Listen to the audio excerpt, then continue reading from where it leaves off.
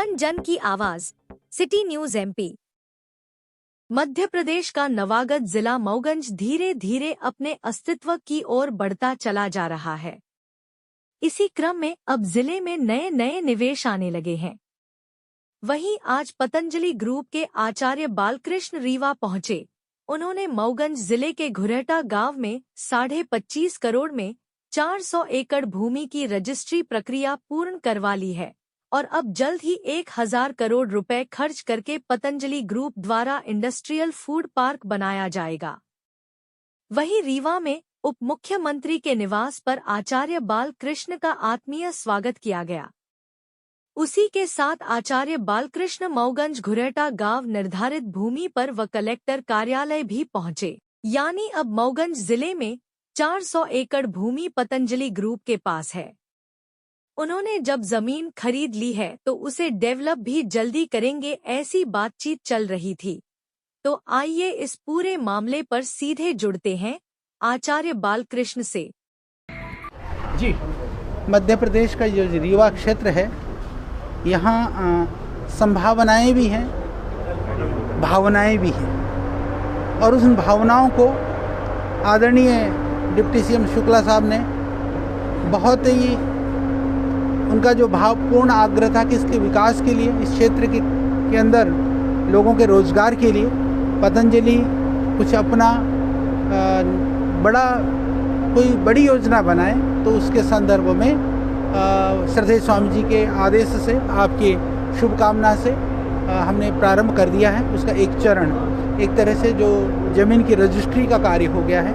कल रात्रि को भी हम वहाँ गए थे और अभी प्रातः काल भी वहाँ हो करके आए हैं और उसको लेकर के हमने अभी व्यापक और बृहत योजनाओं का एक रूपरेखा तैयार किया है और हमें विश्वास है कि विकास की गंगा के साथ में किसानों की समृद्धि को जोड़ करके जो एक नया आयाम गढ़ने का हमारा प्रयास है, बहुत जल्दी धरातल पर उतरेगा और यहाँ के लोगों को उससे लाभ होगा। पतंजलि अगर बिंद की बात की जाए तो कितने का इन्वेस्टमेंट करने जा रहे हैं, क्या क्या आप यहाँ पर देखिए, हम लोग सबसे पहले जो विशेष रूप से सोच रहे हैं, जो एग्रो आधारित जितने भी जो उद्योग हैं, जो भी प्रोसेसिंग यूनिट हैं, उसको करेंगे और कल्टीवेशन वगैरह भी कराएंगे। तो बड़ी बात यह है कि जो हम उद्योग तो ला रहे हैं पर वो किसानों से जुड़ा हुआ होने के कारण से रॉ मटेरियल किसान उगाएगा, किसानों से हम खरीदेंगे।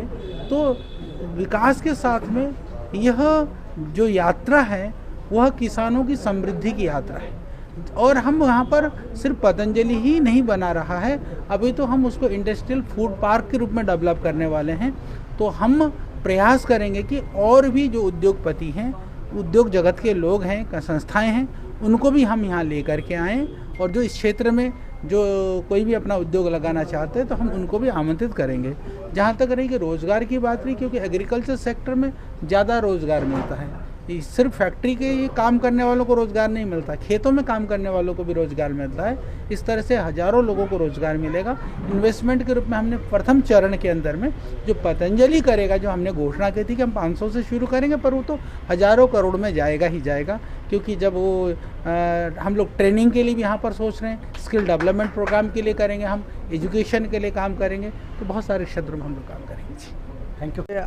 जब मैं 2011 में उद्योग मंत्री था, तब से लगातार ये प्रयास था कि एक तरफ हम सिंचाई की नहरों का जाल बिछा रहे हैं, शानदार सड़कें बना रहे हैं, रेलवे लाइन का विस्तार कर रहे हैं, सिंगरौली तक हवाई अड्डे की बात कर रहे हैं। इसलिए हमारे यहाँ पर्यटन की क्रांति, हरित क्रांति तो हम ला ही रहे हैं, औद्योगिक क्रांति भी लाना ज़रूरी है।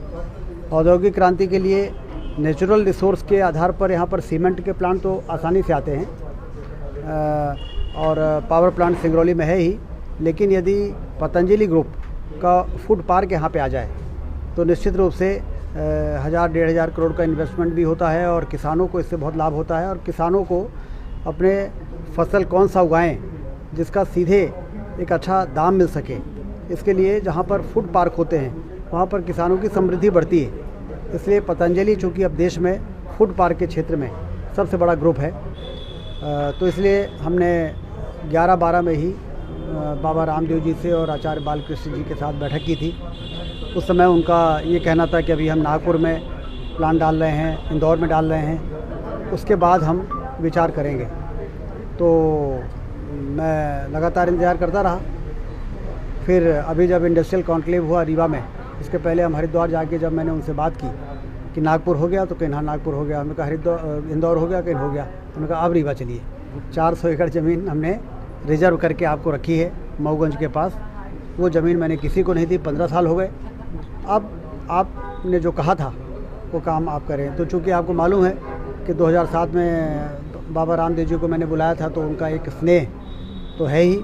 तो फिर उन्होंने आचार्य जी को बुलाया और फिर बैठक हुई हरिद्वार में। उन्होंने कहा कि देखिए ये बात सही है, अब हमें अपने वचन को पूरा करना है।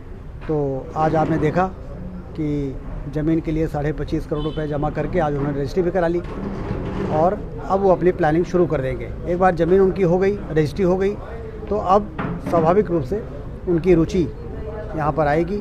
कल रात में भी उन्होंने वो एरिया देखा और आज सवेरे भी गए थे एरिया को देखने के लिए, उसके बाद हमारे पास आए।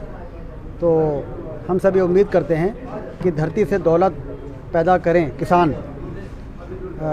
ये जो सपना है, जो अटल बिहारी वाजपेयी जी कहा करते थे कि देश को समृद्ध करना है तो धरती से दौलत पैदा करना पड़ेगा। धरती से दौलत किसान पैदा करेगा तो वो गरीबी दूर होगी। तो अब वो सपना पूरा हो, इसके लिए जो चारों तरफ प्रयास हो रहे हैं, उसके साथ साथ आज का ये जो इनका आना और यहाँ पर प्लांट लगाने के लिए अपना अंतिम आश्वासन देना, ये निश्चित रूप से बड़ा सुखद है।